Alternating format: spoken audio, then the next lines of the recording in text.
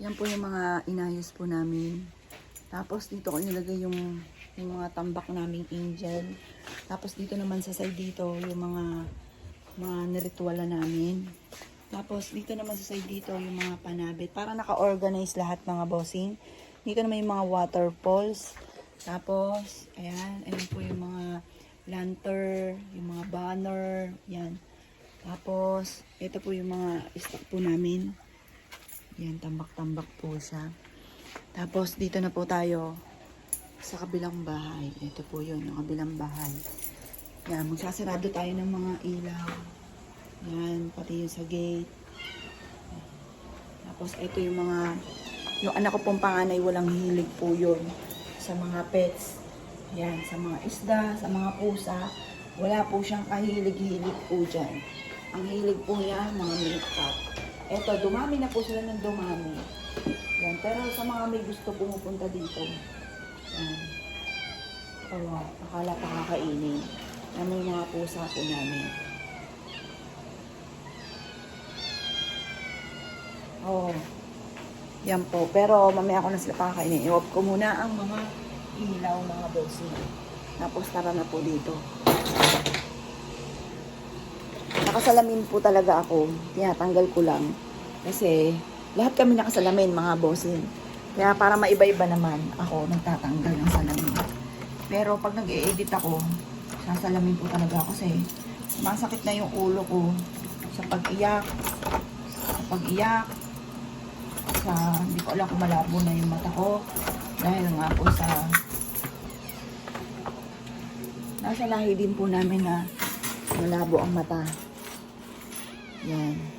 Dito na po tayo. Yan. Ay. Yan. Off na natin. Yan. Ito po, ma-share ko lang. Marami po mga pumupunta dito na napapaniginipan nila si Jovelyn. Kaya hinahayaan ko lang po na punta sila dito pag gusto nila. Sabi, namimiss na daw po nila si Jovelyn. Napapaniginipan daw po nila kung pwede ko pong pumunta. Sabi ko, sige, punta lang kayo. Yan. Marami po mga nagpaparamdam sa kanila. Yan, off na natin to. Yan. Ito po, dito yung kanyang pinaka-switch. Switch doon. Yan, papakita ko po kaya ako sinasabi. Yan, off na. Dito siya sa side dyan. Ngayon po mga bossing, kapon nagtatalo po kami. Kasi, hindi namin alam kung paano po nangyari yun. Kasi, eto po, kung mapapansin ninyo, yan pong Christmas tree niya, yung kinabit ang magjowa, nandyan po yan sa gitna. Taklob po yung switch. Pero, umurong po siya doon kung makikita nyo. Tapos, kita na po yung switch. Gumalaw po siya. Ayan po yan.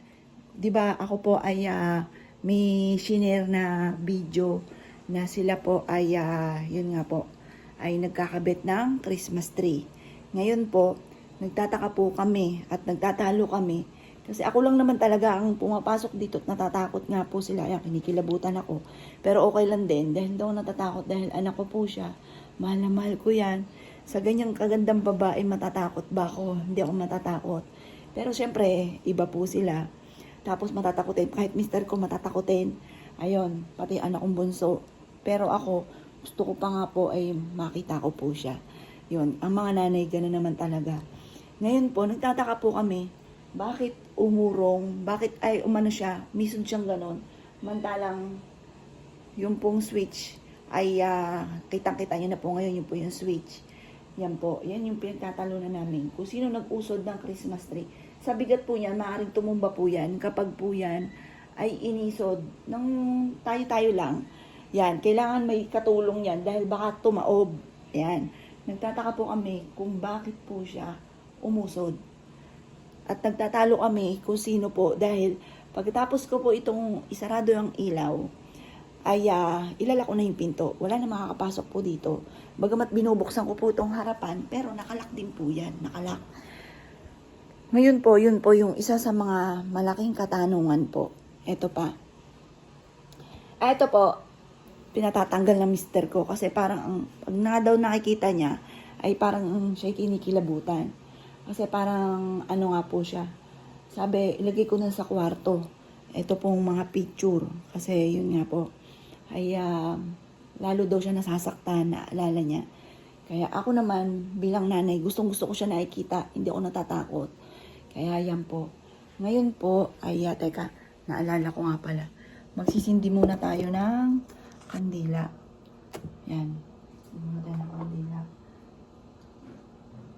Anak, love na love ka ni Mami. Umakit ka na sa langit, maging happy ka dyan. Kaya Papa Jesus na, mahal na Beren, mahal Santo Niño, ang bahala sa'yo. Anak, love na love ka ni Mami.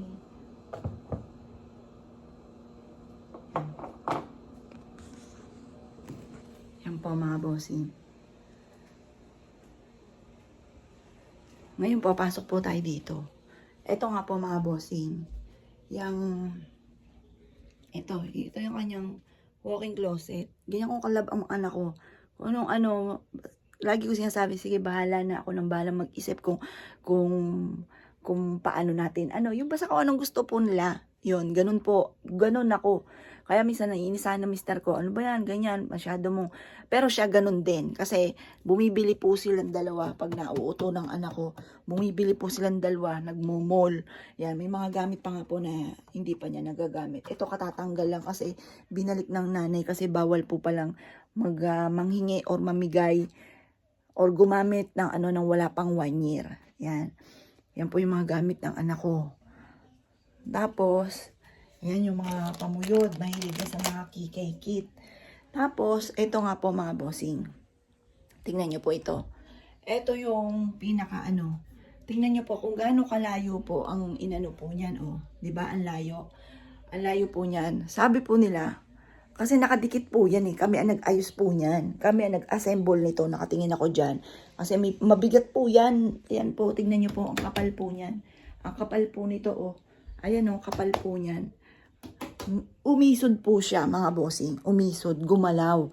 Gumalaw po siya. Kaya, gumanyan po yan, oh. Kahit ako pong mag-isa, hindi ko po to kayang iisod.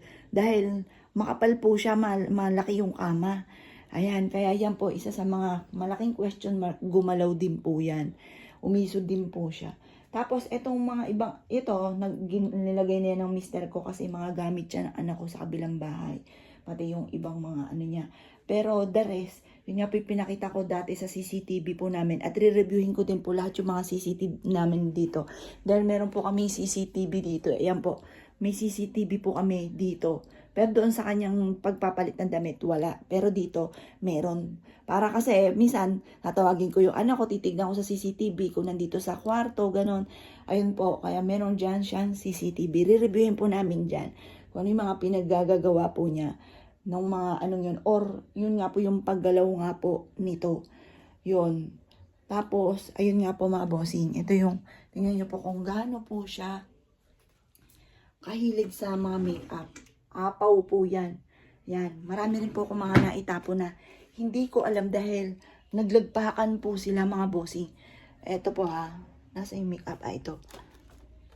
Ito yung may heart. Ay, teka. Huwag muna tayo dito kasi nga po, malakas po yung tugtugan sa kabila. Yung mga sasalta sa radyo. Ayan, kaya dito muna tayo, baka tayo madali ng copyright. Ayun nga po, soon i-video ko po. Papakita ko sa inyo kung ano yung mga natuklasan ko naman na mga ino-order ng anak ko na hindi maganda sa kalusugan, mga bossing. Na napaano po kami mga pack, kung umorder pa po siya mga bossing ko sa mga online, yung mga pang-slim, ayan, yung mga chocolate pa, pang-slim, na pack po siyang ganyan na ilalagay lang sa rep tapos ready to drink na. Yung mga ganon. Na napakadami. Pati mga chocolate, mga bossing. Ayan, kaya papakita po sa inyo soon. Kaya lang, ang lakas ng tugtugan doon. Yan, saan ko ba na ilagay yung susi? Wala, nakalimutan ko na yun. Ayan po mga bossing, ilalako na siya. Pero mamaya ayusin namin to. Kasi pinatatanggal ng mister ko. Natatakot daw siya. Uy, puta! Dati naman, natatakot naman ako eh. Ako biglang nagulantang eh. Ayan, mamaya po, nakakatakot. Na yung mga biglaan doon. Pero hindi naman ako natatakot. Yung mga biglaang labas lang nila yun na nagugulat ako. Tapos, yung po nga, yung favorite na damit. Oo, ipiprame natin yan. Yung favorite na damit ng anak ko, na lagi ko napapanaginipan na suot po niya, pero patay na po siya noon. Yung mukha po niya. Yan. May mga araw na parang hindi ko kayang hindi naiyak. May mga araw naman na parang napipigil kong umiyak. Nung isang araw, iyak ako ng iyak umaga pa lang. Hanggang sa gabi, ang sakit na ng ulo ko, sakit ng mata ko, nagkakasugat na po siya sa kakakusot. Ayan, ngayon po, mamaya, ipakita ko din po sa inyo kung saan natin to. Pero plano ko, dito ko siya ilalagay. Kasi sayang na may pinagawa ko. Ayan, dito daw po, parang naging mausoleo daw po itong bahay. Dahil nga po sa, nilagyan ko ng maraming picture. Kaya nagreklamo sila, dito ko na lang siya ililipat. Ayan, hindi na nga po natuloy yung sabi ng anak ko na magpapakabit yung mga award po niya. May mga award din naman po siya kahit papaano. Ay gusto niya ipakabit dito, hindi na napalagay. Ilalagay ko po, parang iaayos ko to, depende sa plano niya, yung mga gusto po niya.